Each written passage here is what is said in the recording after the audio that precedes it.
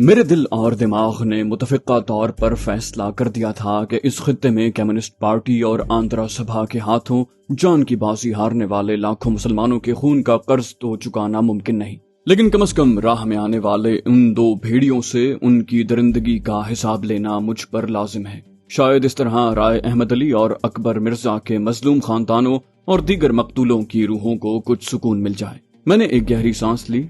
मैं इन चंद मिनटों में फैसला कर चुका था कि मेरे ज़मीर पर लागू ये कर्ज चुकाने के बाद ही मैं यहाँ से आगे जाऊंगा, चाहे मुझे इसके लिए जो भी जतन करने पड़े और कितना भी भारी खमियाजा क्यों ना भुगतना पड़े। उसके साथ ही मेरा दिमाग प्रदीप सेन की शख्सियत और तर्ज जिंदगी से मुताल्लिक हासिल शुदा मालूमात की रोशनी में अपनी हिकमत अमली मुरत्तब करने लगा, जिसमें हस्बे मौका रद्द-बदल की गुंजाइश होती। मैं इतनी गहरी सोच में गुम था कि राजू को आवाज देकर मुझे मुतवज्जे करना पड़ा। वो बोला, हम कुछ ही देर में कोटा पीटा चौराहे पर पहुंचने वाले हैं। वहां से हमें बाएं तरफ जाने वाली सड़क पर मुड़ना है, जो हमें 1 मील के फासले पर वाक़े गोटी कस्बे में पहुंचा देगी। मैंने उसकी बात सुनकर इनकार में सर हिलाने पर इक्तफा किया। हकीकत यह है कि मेरा कुछ कहने सुनने को दिल ही नहीं चाह रहा था, लेकिन जब हम उस बारौनक चौराहे से 1 फरलांग के फासले पर पहुंचे तो सड़क किनारे सुंदरा की जीप खड़ी नजर आई। मैंने उसके करीब पहुंचकर ब्रेक पर दबाव डालना शुरू किया तो सुंदरा ने मुझे गाड़ी अपने पीछे पीछे बाएं तरफ मोड़ने का इशारा किया और जीप आगे बढ़ा दी।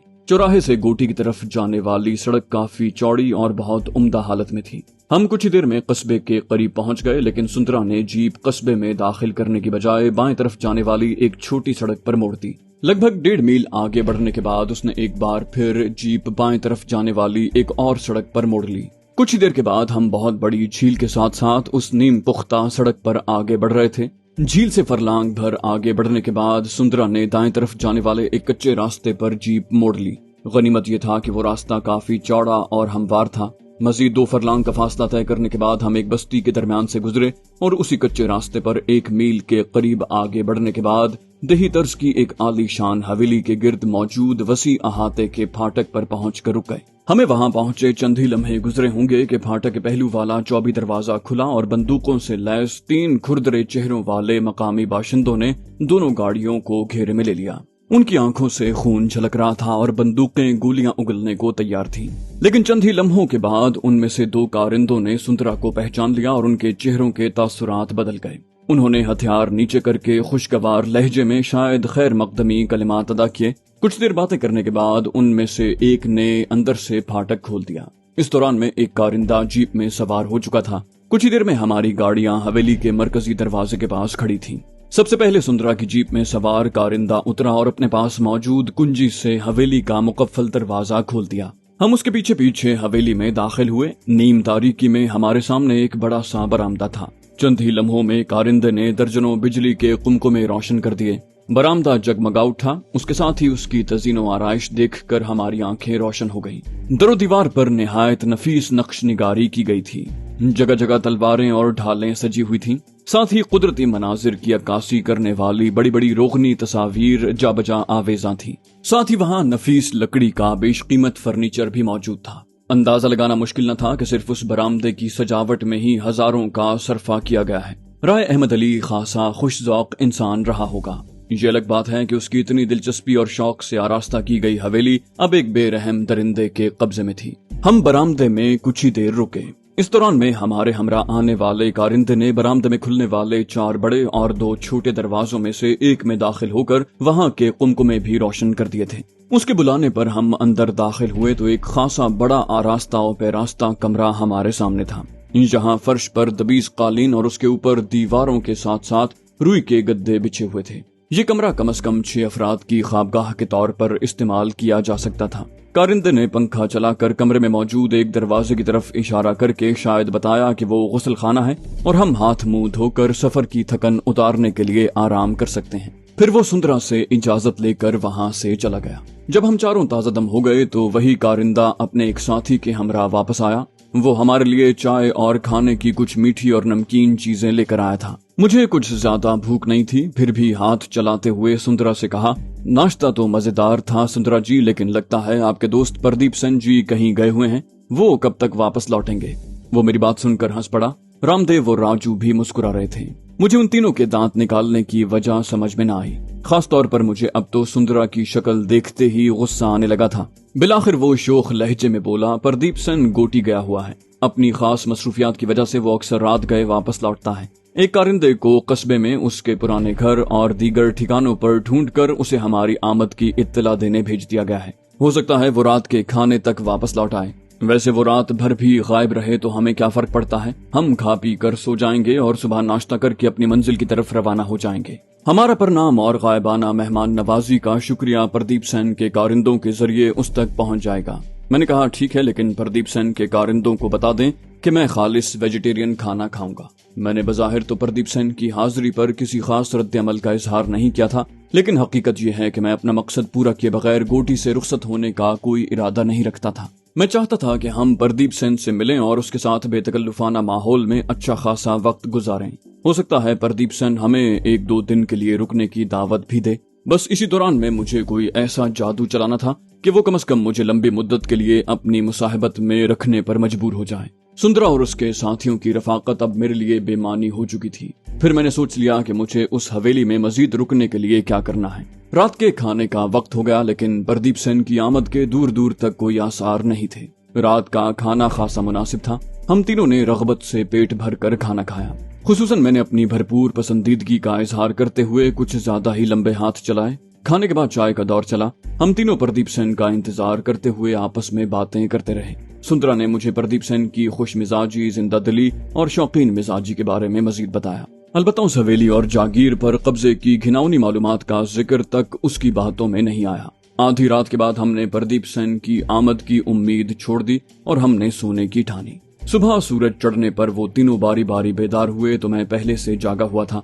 मैंने तकलीफ और नकाहत के मिले जुले तासुरात के साथ सुंदरा को बताया कि मेरे पेट में गड़बड़ है सुंदरा जी। ये सुनकर उसने कहा लगाया, बोला, भाई, रात को खाना खाते हुए आपकी रग़बत देखकर मुझे लगा था कि आप बेएतदाली के मुर्तकिब हो रहे हैं। सोचा था कि निशानदही करूं, लेकिन फिर ये सोचकर खामोश हो गया कि कहीं आप बुरा न मान जाएं। रामदेव ने भी उसकी तायद करते हुए मजीद इजाफा किया, बोला, बैंगन और चने की दाल खाने में एतदाल का दामन हाथ से छोड़ना भारी पड़ सकता है दोस्त। मैं भी 1-2 बार भुगत चुका हूँ। मैंने कहा, मैं मानता हूँ कि मुझसे गलती हुई है, जिसका खमियाजा मैं पिछले कई घंटों से भुगत रहा हूँ। रात के तीसरे पहर से अब तक मैं कोई 1 दर्जन बार बैतुल खला जा चुका हूँ और जिस्म की सारी तवानाई नुचड़ गई है। इतना कहकर मैं एक बार फिर लड़खड़ाते से कदमों से बैतुल खला की तरफ चल दिया। मैंने चोर नजरों से देखा कि सुंदरा और उसके दोनों साथियों के चेहरों पर तशवीश के आसार नुमाया है। कुछ देर के बाद मैं निठाल हालत में वापस लौटा और गिरने के अंदाज में बिस्तर पर बैठ गया। सुंदरा ने मेरी कैफियत देख कर कहा, आपकी तबीयत तो वाकई बहुत खराब है। हम आपको गोटी कस्बे ले जाकर किसी डॉक्टर को दिखाते हैं। उसकी बात सुनकर मैंने नफी में सर हिलाया, कहा, इसकी जरूरत नहीं है, मैं इस मर्ज का इलाज जानता हूँ। आप हवेली के किसी कारिंदे को भेजकर मेरी मतलूबा चीजें मंगवा दें। आप देखना, भगवान की कृपा से मैं शाम तक बिल्कुल ठीक हो जाऊंगा। सुंदरा ने कहा, ये तो बहुत अच्छी बात है, आप बताएं क्या क्या चाहिए, मैं राजू को भी साथ भेज देता हूँ। मैंने कहा, हम शाम को जिस बस्ती से गुजर कर यहाँ पहुँचे थे, वहाँ मैंने कई जगह अर्जुना नामी अद्वियाती दरख्त उगा देखा है। उसकी शक्ल सर्फ के दरख्त से मुशाबे होती है, बस पत्तों के किनारे लहरदार होते हैं। मुझे उस दरख्त की चंद तोला छाल चाहिए। उसके जो शानदे की 1-2 खुराकें पेट का निजाम मामूल पर लाने के लिए काफी होंगी। मुझे यकीन है कि वहाँ से चंद पके हुए केले और इमली भी मिल जाएगी। नमक मिलाकर उन दोनों का आमेजा खाऊंगा तो हाजमा बेहतर होने के साथ तवानाई भी बहाल हो जाएगी। वो तीनों मेरी बातें गौर से सुन रहे थे। उन्होंने खुदा की नेमतों से इलाज के बारे में मेरी मालूमात को सराहा। राजू ये कहते हुए एक कारिंदे के साथ रवाना हो गया कि वो नाश्ते से पहले वापस लौट आएगा। मैं निठाल सी हालत में बिस्तर पर दराज हो गया। अपनी तकलीफ की शिद्दत जाहिर करने के लिए मैं वक्फे से कराहने लगता था और पेट खाली करने के लिए भी 2 बार मस्जिद गया। राजू हस्बे दावा खासी जल्दी लौट आया।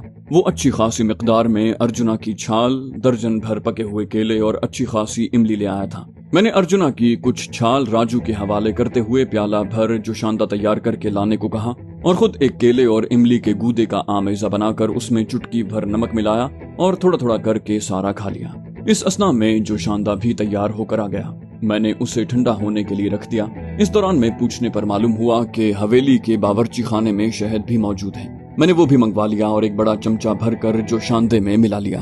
अब मसला सिर्फ ये था कि केले और इमली के आमेजे के बारे में तो मुझे यकीन था कि वो मुझे कुछ फायदा देगा, नुकसान नहीं पहुंचाएगा। लेकिन मुझे ये अंदाजा नहीं था कि अर्जुना का जो शांता मेरी खुद साख्ता पेट की खराबी पर क्या असर मुरतब करेगा। डर ये था कि कहीं मामला गड़बड़ न हो जाए, लिहाजा मैं ये जो शांता पीने का खतरा मोल नहीं लेना चाहता था। और उसकी एक ही सूरत थी कि सर पर मुसल्लत और मेरी हकीम गिरी में गहरी दिलचस्पी लेने वाले राजू को कुछ देर के लिए टाला जाए। मैंने उसे मुखातिब करके कहा, यार राजू, रसोई में दारचीनी भी होगी ना? उसने पूरा एतमाद लहजे में कहा, जरूर होगी। दारचीनी के बगैर हमारे देश में कौन सा खाना बनता है? मैंने कहा, तो यार दारचीनी वाला कहवा भी बना दो, वो भी पेट की खराबी में बहुत मुफीद है। मेरी फरमाइश सुनते ही वो उठ खड़ा हुआ और बावर्ची खाने की तरफ चल दिया।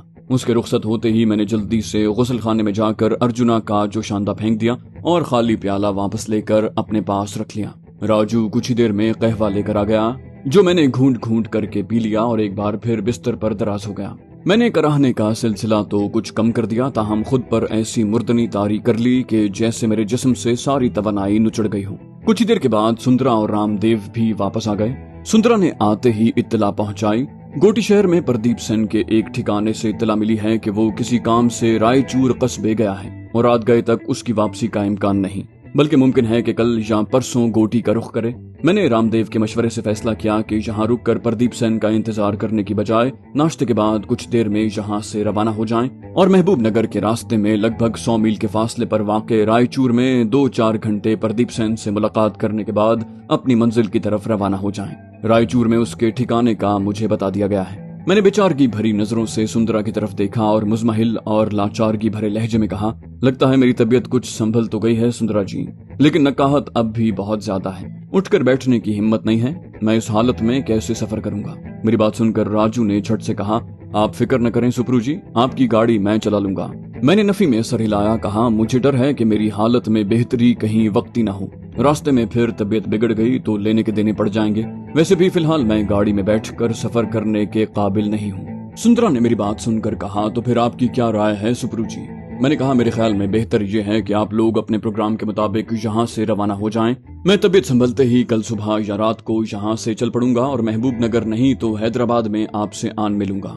आप मुझे हैदराबाद में अपनी क़याम गाह के बारे में बताते जाएं। सुंदरा ने मेरी बात सुनकर संजीदगी से कहा, अगर आप ये बेहतर समझते हैं तो हमें कोई एतराज नहीं है। आप जितने दिन चाहें यहाँ ठहर सकते हैं, आपकी बेहतर देखभाल की जाएगी। मैं रायचूर पहुंचकर प्रदीप सेन को तुम्हारे बारे में तफसील से बताऊंगा। अगर वो आपकी यहाँ मौजूदगी में वापस आ गया तो शाया निशान आपकी खातिर मदारत करेगा। मैंने कहा, मेरा ख्याल है यही बेहतर है राजू, और आपने प्रदीप सेन के बारे में जो कुछ बताया है उसकी रोशनी में मुझे भी उससे मिलकर खुशी होगी। मैंने अपनी तबीयत की खराबी को हकीकी रंग देने के लिए बहुत हल्का फुल्का नाश्ता किया। अलबत्ता उन तीनों ने भरपूर पेट पूजा की। फिर वो मुझसे गर्मजोशी से रुखसत होकर अपनी मंजिल की तरफ रवाना हो गए। सुंदरा प्रदीप सेन के कारिंदों को मेरे हवाले से भरपूर हिदायत देकर गया था, चुनाचे वो मुस्तैदी से मेरी देखभाल करते रहे। दोपहर का खाना भी मेरी हिदायत के मुताबिक खिचड़ी और सब्जियों पर मुश्तमिल था। शाम होने पर उन्होंने रात के खाने के लिए भी मेरी फरमाइश दरियाफ्त की। मैंने इस दौरान में अपनी खिदमत पर मामूर अच्छी खासी उर्दू या हिंदी जानने वाले बावर्ची रघु को हिदायत देकर एक बार फिर अर्जुना का जो शांता बनवाया और प्याला गुस्ल खाने में खाली कर दिया। मैं रात के खाने से फारिग हुआ तो रघु ने मुझसे चाय का पूछा। मैंने कहा, हाँ यार, 2 कप चाय बनाओ, हम दोनों पियेंगे और कुछ देर गपशप लगाएंगे, मेरा जी बहल जाएगा। उसने कहा, जो हुक्म सरकार, अभी बहुत अच्छी वाली चाय बनाकर लाता हूँ। गालिबन मेरी तरफ से इज्जत दिए जाने से उसके रवैये में खासी अपनायत आ गई। पता नहीं वो फितरतन बातूनी था या अपनी हिंदी आजमाने के शौक में वो मुझसे ढेरों बातें करता रहा। मैंने प्रदीप सेन के बारे में अपनी मालूमात जताकर उससे अपने मतलब की मालूमात उगलवाना शुरू की। उसने बताया कि प्रदीप सेन की गैर हाजिरी में सिर्फ वही हवेली में रात गुजारता है, बाकी कारिंदों में से 3 फाटक पर पहरा देते हैं और 3 हवेली के अकब में अपनी कोठड़ियों में सोते हैं। प्रदीप सेन जब कहीं जाता है तो ड्राइवर के अलावा 2 मुसल्लह कारिंदे उसके हमरा होते हैं, जबकि 6 कारिंदे दिन में जागीर पर खिदमात अंजाम देते हैं और शाम ढले रुखसत होकर गोटी में वाक़े अपने घर चले जाते हैं। मैंने खुद रघु के बारे में सुनगुन लेने के लिए पूछा, तुम कब से हवेली में काम कर रहे हो? उसने फखर आमेज लहजे में कहा, मैं 3 साल पहले प्रदीप जी के पास आया था। उनको मेरे हाथ के खाने बहुत पसंद हैं क्योंकि मैं कबाब, टिक्के और कोरमा बहुत अच्छा बनाता हूँ। इसीलिए वो 2 दफा मेरी पगार बढ़ाकर मुझे काम छोड़कर जाने से रोक चुके हैं। मैंने फौरन पूछा, लेकिन तुम बार बार नौकरी छोड़कर जाने की कोशिश क्यों करते हो रघु? उसने कदरे तवक्कुफ के बाद कहा, अगर आप वचन दें कि ये बातें राज रहेंगी तो मैं बता सकता हूँ। मैंने उसे तसल्ली दी, कहा फिक्र न करो, तुमने बहुत दिल लगाकर मेरी खिदमत की है, मैं तुम्हारे लिए कोई मुश्किल खड़ी करने का सोच भी नहीं सकता। उसने इत्मीनान के इजहार के लिए गर्दन हिलाई और फिर मलाल और इस्तराब के मिले जुले तासुरात के साथ कहा, प्रदीप सेन जी वैसे तो अच्छे स्वभाव के हंसमुख व्यक्ति हैं, परंतु नशा चढ़ने पर उनका रूप बदल जाता है। बात बात पर बेवजह मेरे कुंबे वालों को गंदी गंदी गालियां बकते हैं, हाथ उठाने से भी नहीं चूकते। उसने हमदर्दी तलब नजरों से मुझे देखा और फिर बात आगे बढ़ाई। बोला, उसके साथ उनकी मेहमान बनने वाली रंग रंग की महिलाओं की खिदमत करते हुए बहुत कोफ्त होती है। 2-2 टके की वैश्याएं ऐसे हुक्म चलाती हैं जैसे महारानियां हों। कुछ तो उल्टी सीधी फरमाइशें करके नाक में दम कर देती हैं। जी चाहता है उनका मुंह नोच लूं और चुटिया पकड़ के हवेली से निकाल बाहर करूं। मैंने हमदर्दी भरे लहजे में कहा, ये तो सचमुच बहुत दुख देने वाली सूरत हाल है। प्रदीप सेन को तुम जैसे भले मानस का उपमान नहीं करना चाहिए और तुम्हारे साथ अच्छा बर्ताव करना चाहिए। अपने प्यारों के लिए गालियां तो कोई भी मान वाला व्यक्ति बर्दाश्त नहीं कर सकता। मैंने जानबूझकर उसकी इज्जत झंझोड़ने की कोशिश की थी, क्योंकि मैं उसके दिल में प्रदीप सेन के लिए मौजूद मलाल और रंजिश की शिद्दत भांपना चाहता था। मेरी बात सुनकर वो मजीद जज्बाती हो गया। मैंने दोनों बार माँ बहन की गालियां देने और हाथ उठाने पर नौकरी छोड़ी थी, परंतु उसने माफी मांगकर मुझे रोक लिया। अब वो मेरे हाथ के खानों का रसिया हो गया है और मेरे बिना उसका गुजारा नहीं। इतना कहकर उसकी आवाज धीमी पड़ गई। फिर बोला, आपको एक राज की बात बताऊं? मुझे कई तरह के ऊर्जा और शक्ति से भरपूर हलवे बनाने आते हैं, जिनकी उसे इस ढलती उम्र में सख्त जरूरत है। वो रफ्ता रफ्ता मेरे जाल में फंस रहा था। मैंने दोस्ताना लहजे में कहा, तुम तो बहुत गुण वाले व्यक्ति हो यार। प्रदीप सेन को तुम पर अत्याचार नहीं करना चाहिए। मैं उसे तुमसे अच्छे बर्ताव पर तो मजबूर नहीं कर सकता, परंतु मेरी इतनी अच्छी देखभाल पर तुम इनाम के हकदार हो। ये कहकर मैंने अपनी जेब से 10-10 रुपए के 5 नोट निकाले और रघु के हाथ पर रख दिए। इतनी बड़ी रकम देखकर उसकी आंखें चमक उठी। उसने रस्मन इनकार करना चाहा, लेकिन मैं नोटों के जादुई असरात से बखूबी वाकिफ था, लिहाजा उसे कबूल करने पर मजबूर कर दिया। उसके साथ ही दुश्मनों की हवेली में मेरे एक दोस्त का जन्म हो चुका था। उसके बाद रघु का मुझसे बर्ताव मजीद फिदवियाना हो गया और उसने बाद में थोड़ी देर के बाद चाय कॉफी का पूछने को अपना वतीरा बना लिया। मैं इंतजार करता रहा, लेकिन प्रदीप सेन वापस न लौटा। वैसे भी सुंदरा ने रायचूर कस्बे का जो फासला बताया था और प्रदीप सेन के साथ 3-4 घंटे गुजारने का इरादा जाहिर किया था, उसकी रोशनी में हवेली और जागीर पर काबिज उस दरिंदे की उस रात वापसी का इम्कान जरा कम ही था। मैंने सुबह सवेरे रघु को खुशखबरी सुनाई कि मेरी तबीयत अब खासी बेहतर है और कमजोरी भी कुछ कम है। उसने ऊपर वाले की कृपा पर धन्यवाद कहा और मेरे लिए अच्छा सा नाश्ता बना लाया। दोपहर तक मैंने प्रदीप सेन के इंतजार में बोर होने की बजाय रघु के साथ उस आलीशान हवेली के मुख्तलिफ हिस्सों का दौरा किया। जगह जगह मुसलमानों की मजहबी अलामात देखकर मेरा दिल गम गुस्से से बोझल हो गया। दिल चाह रहा था कि प्रदीप सेन के हवेली में कदम रखते ही अपना पिस्तौल उस पर खाली कर दूं, लेकिन मैंने अपने जज्बात को बेकाबू नहीं होने दिया।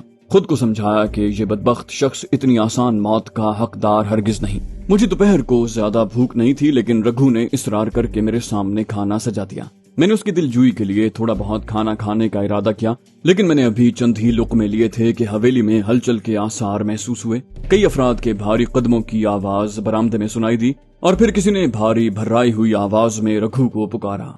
दूसरी बार पुकार में कुछ गुस्सा भी महसूस हुआ। कोई मकामी जबान में नाम लेने के साथ शायद कुछ सख्त अल्फाज भी कह रहा था। अगले लम्हे रघु की आवाज सुनाई दी। वो शायद माजरत करते हुए पहली आवाज पर पेश न होने का उज़्र पेश कर रहा था। उसने जो कुछ कहा उसमें प्रदीप का नाम शामिल होने से मुझे अंदाजा लगाने में मुश्किल न हुई कि हवेली पर काबिज शैतान आन पहुंचा है। ताहम मैं अगले ही लम्हे चौंका। प्रदीप सेन ने रघु को मुखातिब करके शायद कोई सवाल किया था जिसमें मेरा नाम शामिल था। रघु ने कुछ कहा और फिर कई अफराद के कदमों की चाप करीब आती महसूस हुई। इस असना में हाथ रुमाल से पूंछकर मैं दस्तरखान से उठ खड़ा हुआ था। सबसे पहले कमरे में दाखिल होने वाला शख्स यकीनन प्रदीप सेन ही था। उसकी शक्ल सूरत और चाल ढाल लगभग वैसे ही थे जैसे मैंने जहन में खाका बनाया था, यानी ढलका हुआ भारी भरकम जिस्म, गहरा सांवला रंग, आधे सर तक फैली चमकती पेशानी और मिची मिची आंखें। अलबत्ता कद खासा पस्ता था। उसके करीब पहुंचते ही मैंने दोनों हथेलियां जोड़कर प्रणाम किया, लेकिन उसने खिलाफ तवक्को आगे बढ़कर मुझे गले से लगा लिया